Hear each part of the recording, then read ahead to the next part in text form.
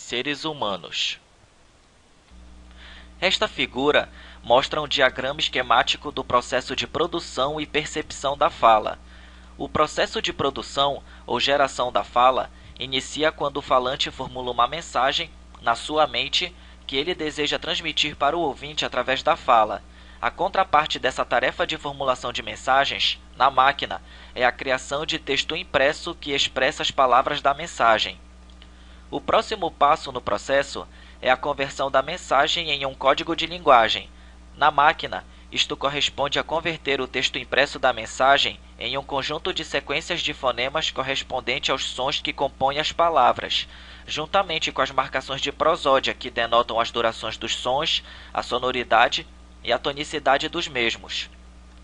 Uma vez que o código de linguagem é escolhido, o falante deve executar uma série de comandos neuromusculares para fazer as cordas vocais vibrarem quando for apropriado e para modelar o trato vocal de modo que a sequência apropriada de sons da fala possa ser criada e dita pelo falante, desse modo produzindo um sinal acústico como saída. Os comandos neuromusculares devem controlar simultaneamente todos os aspectos do movimento articulatório, incluindo o controle dos lábios, mandíbula, língua e véu palatino, que é uma espécie de alçapão que controla a passagem de ar para o mecanismo nasal. Uma vez que o sinal acústico da fala é gerado e propagado para o ouvinte, o processo de percepção ou reconhecimento da fala começa. Primeiramente, o ouvinte processa o sinal acústico ao longo da membrana basilar no ouvido interno, o que fornece uma análise espectral do sinal acústico recebido.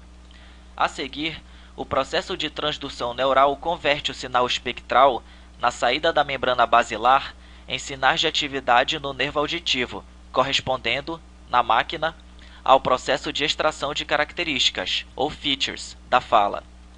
De uma maneira que ainda não é bem compreendida, a atividade neural ao longo do nervo auditivo é convertida em código de linguagem nas partes do cérebro de maior processamento, e, finalmente, a compreensão da mensagem, ou seja, o entendimento do significado, é obtida. Esta figura mostra uma visão diferente do processo de produção e percepção da fala em seres humanos. Essa figura foi incluída na videoaula para mostrar a vocês as diferentes taxas de informação que são transmitidas entre os vários estágios do processo de produção e percepção da fala.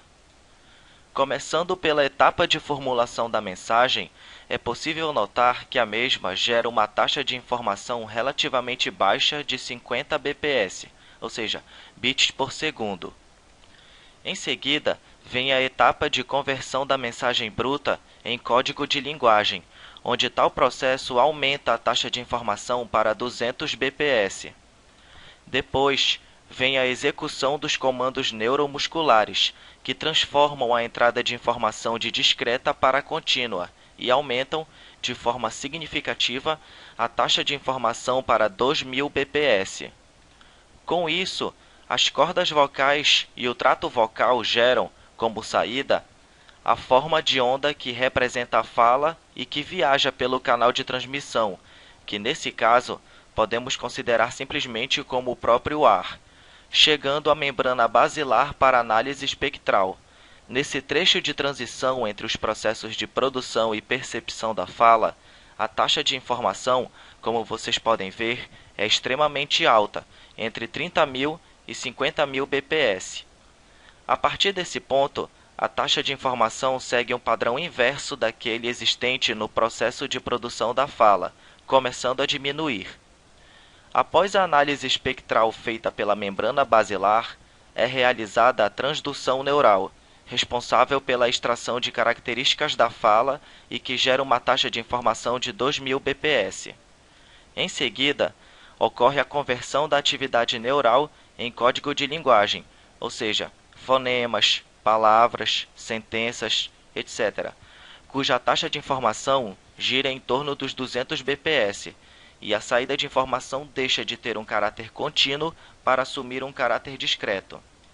Finalmente, a etapa de compreensão e entendimento da mensagem gera uma taxa de informação de 50 bps. Agora vou falar de forma mais detalhada do processo de produção da fala e do mecanismo responsável pelo mesmo. Esta figura mostra uma visão esquemática do mecanismo vocal humano. Aqui vocês podem ver que tal mecanismo é composto pelos seguintes órgãos e estruturas: cavidade torácica, pulmões, traqueia, esôfago, cartilagem tireoide, cordas vocais, epiglote, língua, véu palatino e cavidade nasal. A coluna vertebral foi inserida aqui apenas para fins ilustrativos. Ela não faz parte do mecanismo vocal.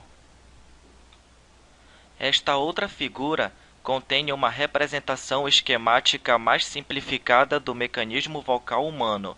Através dela, é possível ter uma ideia de como funciona o processo de produção da fala de maneira fisiológica. Tudo começa quando os músculos associados ao pulmão, juntamente com este último, fornecem ar para a excitação do mecanismo vocal. Os músculos fazem força para empurrar o ar para fora dos pulmões e através dos brônquios e da traqueia. Quando as cordas vocais estão tensionadas, o fluxo de ar faz elas vibrarem, produzindo os sons da fala considerados vozeados, que serão vistos mais adiante nesta videoaula. Quando as cordas vocais estão relaxadas, para produzir um som, o fluxo de ar deve ou passar por uma constrição no trato vocal e, com isso, ficar turbulento, produzindo os sons não vozeados, ou ele deve fazer uma pressão sobre um ponto de total oclusão do trato vocal, e quando tal oclusão é aberta, a pressão é liberada de forma brusca, gerando um som breve e transitório. Bem, voltando ao esquema, o fluxo de ar passa pelas cordas vocais, estando elas tensionadas ou relaxadas, pelo tubo da laringe e pela cavidade da faringe, até chegar à cavidade bucal, onde se encontram a língua e outras estruturas do trato vocal que são capazes de produzir diferentes sons pela boca. Caso o véu palatino permita a passagem do fluxo de ar através da cavidade nasal, o fluxo de ar que sairá pelo nariz, juntamente com aquele que sairá pela boca, ou não, dependendo do som a ser produzido, irá produzir sons conhecidos como nasais ou nasalizados. O ouvido é um autêntico mecanismo de precisão, cuja finalidade é captar os sons que nos rodeiam, transportando-os para o cérebro.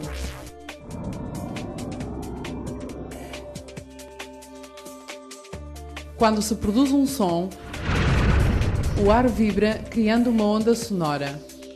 O pavilhão auricular capta a onda sonora e dirige-a para o canal auditivo.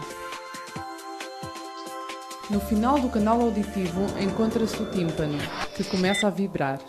Já no ouvido médio, o tímpano comunica com a cadeia de ossículos, martelo, bigorna e estribo, que transmitem as vibrações e as amplificam até à janela oval do ouvido interno.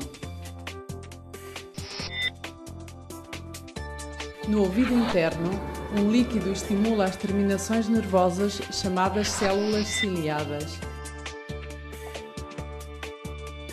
As células ciliadas enviam impulsos elétricos através do nervo auditivo até ao cérebro.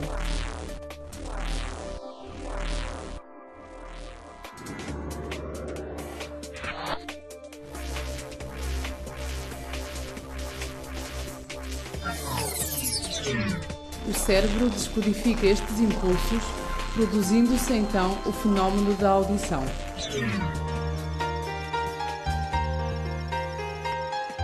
Tá alguns slides.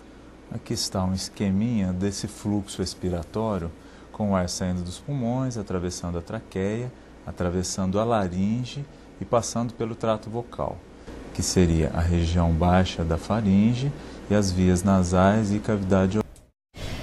Your voice comes from tiny resonating muscles called vocal cords. They're about the size of a dime in a woman and about the size of a nickel in a man.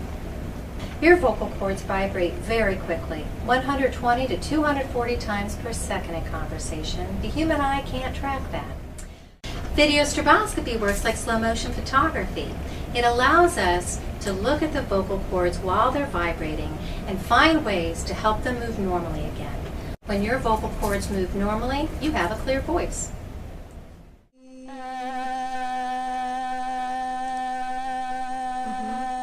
Go ahead and just go.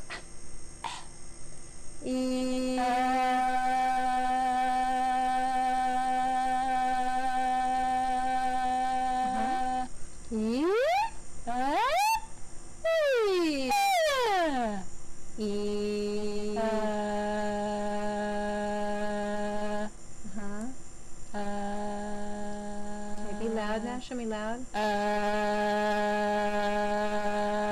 Okay, get even louder. Right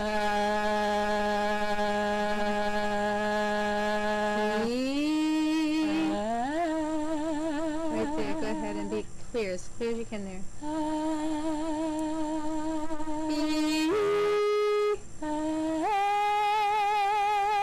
Is this example of the problem? Try and clear that out.